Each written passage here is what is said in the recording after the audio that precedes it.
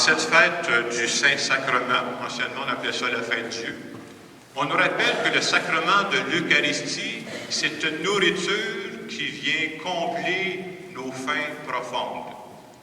Et je dirais que la première chose qu'il faut se dire, là, on a tous des faims profondes. On peut se le cacher, là, mais on en a tous des faims profondes.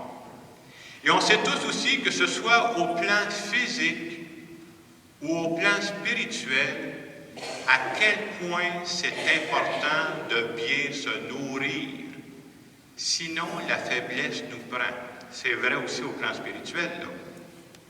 Ça me faisait penser, quand j'étais professeur de mathématiques, j'enseignais, puis j'avais remarqué qu'une de mes étudiantes, Chantal, avait de la difficulté à se concentrer sur le cours. Et j'avais remarqué en particulier qu'elle avait plus de difficulté à se concentrer quand je donnais la dernière période de l'avant-midi. Puis à un moment donné, c'était rendu tellement clair, je vais la rencontrer, là, des Chantal, il y a quelque chose qui ne marche pas. Alors je suis allé jaser avec elle sur l'heure du midi. Vous savez ce que j'ai appris? Chantal, elle ne déjeunait pas. Alors, quand je tombais dans la dernière partie de l'avant-midi, les mathématiques, ça passait loin, s'il vous plaît, ben oui, elle n'avait plus d'énergie, elle n'avait plus moyen de se concentrer. Et à partir du moment où elle a dit, ben ça serait bon, tu déjeunes, tu prennes quelque chose pour te soutenir, ben j'ai vu que sa concentration s'est beaucoup améliorée. Si je vous compte ça, c'est pour dire, c'est très important dans la vie de rester en contact avec nos besoins. C'est très important de rester en contact avec nos faims profondes. Et c'est vrai au plan physique, il faut bien se nourrir, mais c'est vrai aussi au plan spirituel. Habituellement, je pense que pour la plupart d'entre nous, on n'a aucune difficulté à identifier une faim physique. C'est assez facile. À un moment donné, la faiblesse te prend. Les mains commencent à te trembler, ou ben non, le ventre te crie, va donc manger, ça va te faire du bien. Là. On sait tous ça. Je dirais que la faim spirituelle, c'est beaucoup plus subtil. Parce que ça n'arrive pas dans un coup sec, là. C'est sur le long terme. Une faim spirituelle, c'est bon de savoir ça. Habituellement, très souvent, ça commence par un malaise. Au début, c'est pas clair, là. C'est un genre d'insatisfaction intérieure. J'ai le goût de changer. Pourquoi? Je ne sais pas, mais j'ai le goût de changer.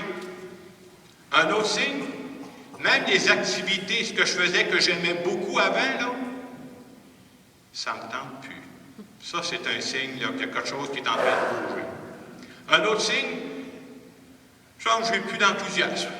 J'ai plus de point de repère. Ce sont tous des signes. Il faut faire attention, là, c'est pas, je me disais, c'est pas clair, là. Il y a une faim profonde qui veut vivre. Et on a tous entendu parler que Dieu nous parle souvent à travers les grandes joies de notre vie. Je suis tout à fait d'accord avec ça, c'est vrai. Puis quand j'ai une grande joie, je me dis, c'est pas juste du hasard, Dieu a mis ça dans ma vie. Il y a un autre couplet dont on nous parle pas mal moins souvent, qui d'après moi est aussi vrai. À travers les malaises de ma vie, Dieu est aussi en train de me parler. C'est tellement vrai que s'il n'y avait jamais de malaise dans ma vie, moi, je ne changerais jamais rien. Qu'est-ce qui nous fait bouger? Pourquoi tu changes à un moment donné dans ta vie? Tu dis, je suis plus bien là. Il y a quelque chose qui a besoin d'ajustement.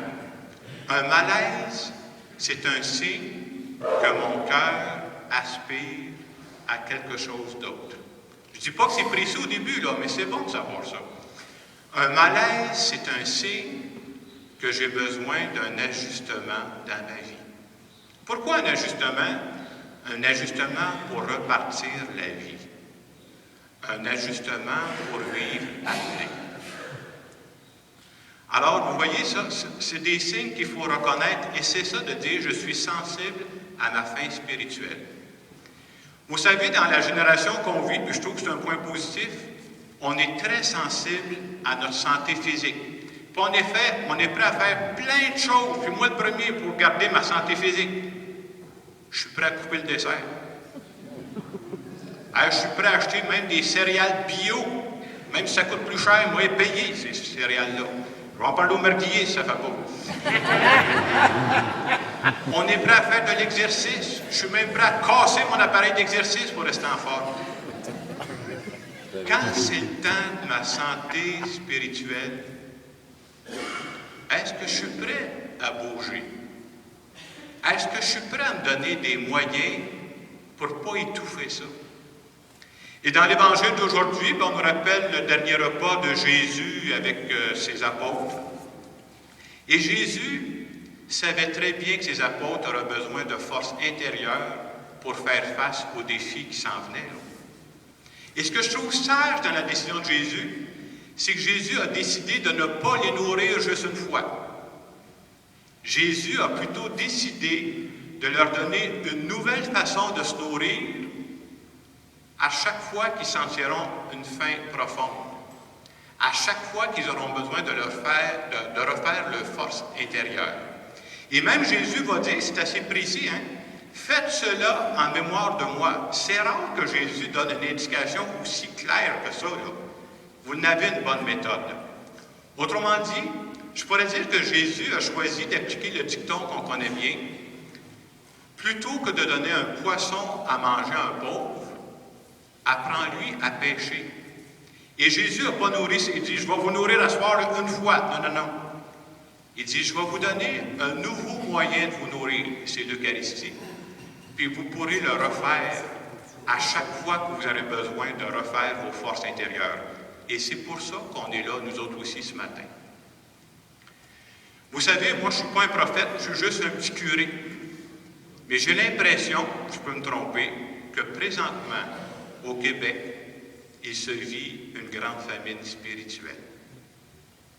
Comment on fait pour détecter une famine spirituelle? On a une famine spirituelle quand, à un moment donné, de moins en moins de gens ont le goût de faire confiance à la vie. De moins en moins de gens ont de l'espérance pour demain. Et ça ne se fait pas par mauvaise volonté, là. Hey, on est du bon monde, là. Mais je dirais que présentement, il y a beaucoup de gens qui vivent au plan spirituel parce qu'ils sont sous-alimentés. Il y aurait besoin de prendre un bon déjeuner spirituel, sinon la tremblette te prend. Et nous autres, quand on vient vivre l'Eucharistie, c'est un peu ça, c'est que j'ai besoin de refaire mes forces de temps en temps, parce que nous autres aussi, on vit dans un monde où c'est très facile de devenir sec comme des bâtons. Très, très facile. Tout ce qui tourne autour de nous, là, c'est pas pour la santé intérieure. J'ai besoin d'y penser, moi. Et bien entendu, quand on va partir de l'Eucharistie tantôt, je n'ai pas de moyens pour vous dire, hey, est-ce que vraiment Dieu a refait mes forces intérieures? Je n'ai pas des appareils comme, vous voyez, chez Jean Coutu, là, vous pouvez prendre votre pression, vous avez le résultat. On n'a pas d'appareil ici à la sortie de l'Église pour ça. Ça ne se mesure pas. Je dirais, j'essaie de comparer l'Eucharistie, à quoi je pourrais comparer ça?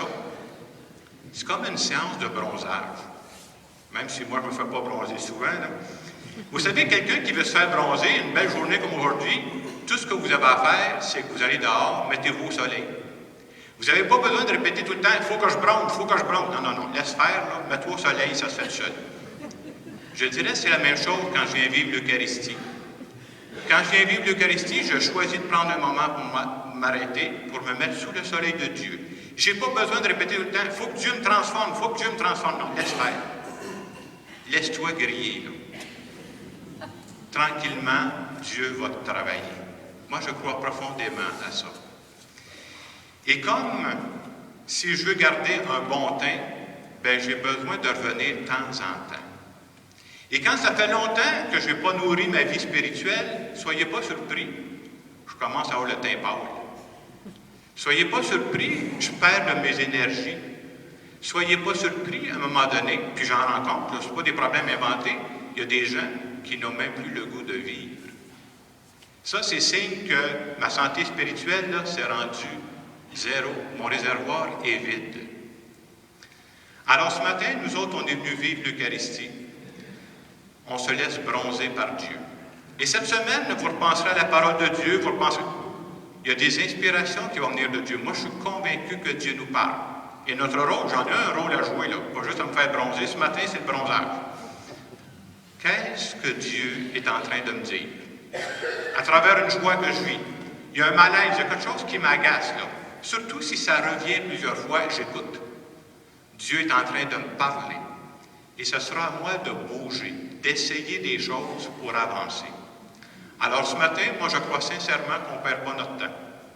On a besoin de ça. Et dans le moment de silence qui va venir, c'est l'étape conduite pour ce matin, je vous demande simplement de rien faire.